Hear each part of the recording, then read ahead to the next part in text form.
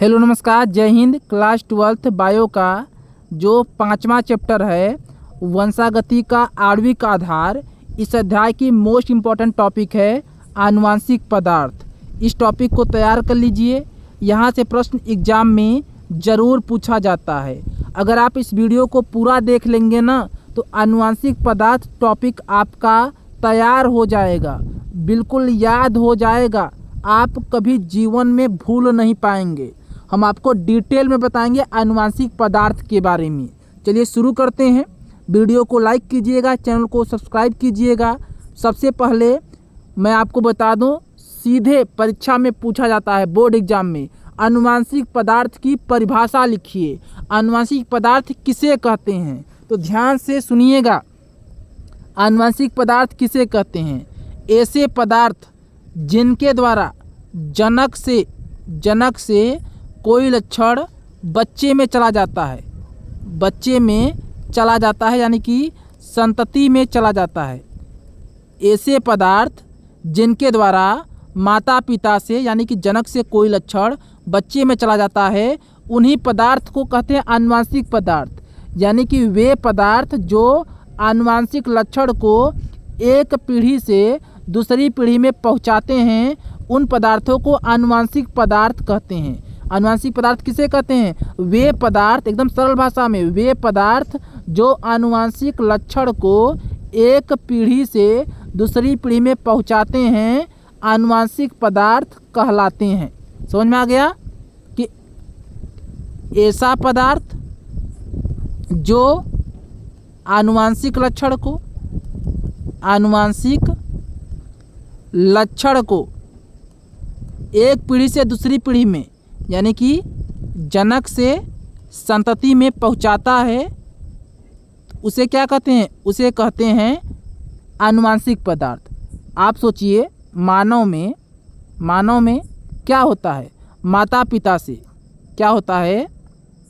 मानव में माता और पिता से लक्षण बच्चे में जाता है, तो कैसे जाएगा? कोई ऐसा पदार्थ जो माता पिता से बच्चे में जाएगा तभी तो लक्षण जाएगा। तो उसी पदार्थ को, जिस पदार्थ से लक्षण माता पिता से बच्चों में जाता है, उसी पदार्थ को आनुवांशिक लक्षण कहते हैं। ठीक है, तो वे पदार्थ जो आनुवांशिक लक्षण को एक पीढ़ी से दूसरे पीढ़ी में पहुंचाते हैं, आनुवांशिक पदार्थ कहलाते हैं। वैज्ञानिकों द्वारा प्रयोगों में यह पाया गया कि अधिकांश जीवधारियों में डीएनए आनुवांशिक पदार्थ होता है। जैसे कि मानव में आनुवांशिक पदार्थ क्या है? मानव में जो आनुवांशिक पदार्थ है उसे डीएनए कहा जाता है। वैज्ञानिकों ने पाया है कि जितने भी सजीव हैं, अधिकांश सजीवों में जो आनुवांशिक पदार्थ है वो डीएनए होता है। मानव में अलग प्रकार का डीएनए पाया जाता है, अलग अलग जीवों में अलग अलग प्रकार का डीएनए पाया जाता है। ठीक है, तो आपको क्या समझ में आया? आपको समझ में आया कि मानव में पाया जाने वाला आनुवांशिक पदार्थ का नाम डीएनए है। क्या नाम है? डीएनए है। क्लियर हो गया? डीएनए के बारे में आपको डिटेल में पढ़ाएंगे। पहले आप इस चीज़ को समझ लीजिए, कुछ और पॉइंट। प्रोकैरियोटिक कोशिका किसे कहते हैं? ऐसी कोशिका जिसमें केंद्रक पूर्ण रूप से विकसित नहीं होता है, उसे प्रोकैरियोटिक कोशिका कहते हैं। और ऐसी कोशिका जिसका केंद्रक पूर्ण रूप से विकसित होता है, उसे यूकैरियोटिक कोशिका कहते हैं। तो जो प्रोकैरियोटिक कोशिका होती है, उन प्रोकैरियोटिक कोशिकाओं में आनुवांशिक पदार्थ डीएनए कोशिका द्रव्य में स्वतंत्र अवस्था में पाया जाता है तथा किसी प्रोटीन से संयुग्मित नहीं होता है। कहने का मतलब है कि जो प्रोकैरियोटिक कोशिकाएं हैं, जो प्रोकैरियोटिक कोशिका होती है, उसमें जो डीएनए होता है, यह डीएनए कोशिका द्रव्य में पाया जाता है। कहाँ पाया जाता है? कोशिका द्रव्य में पाया जाता है। यूकैरियोटिक जो कोशिकाएं होती हैं, यूकैरियोटिक कोशिकाओं में डीएनए हिस्टोन नामक प्रोटीन अणुओं के साथ मिलकर गुणसूत्र का निर्माण करते हैं तथा केंद्रक में वह कुछ मात्रा में माइटोकॉन्ड्रिया व लवक में स्थित होता है।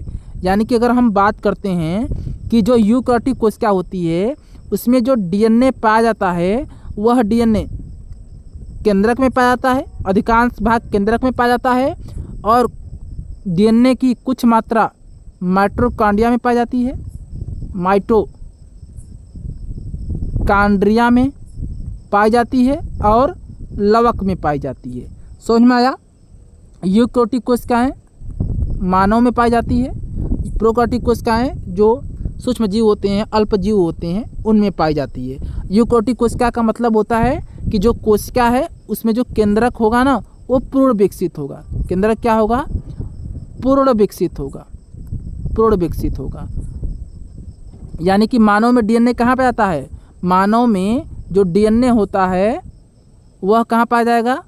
मानव की कोशिकाओं के केंद्रक में। अधिकांश जो डीएनए होता है वह मानव की कोशिकाओं के केंद्रक में पाया जाता है।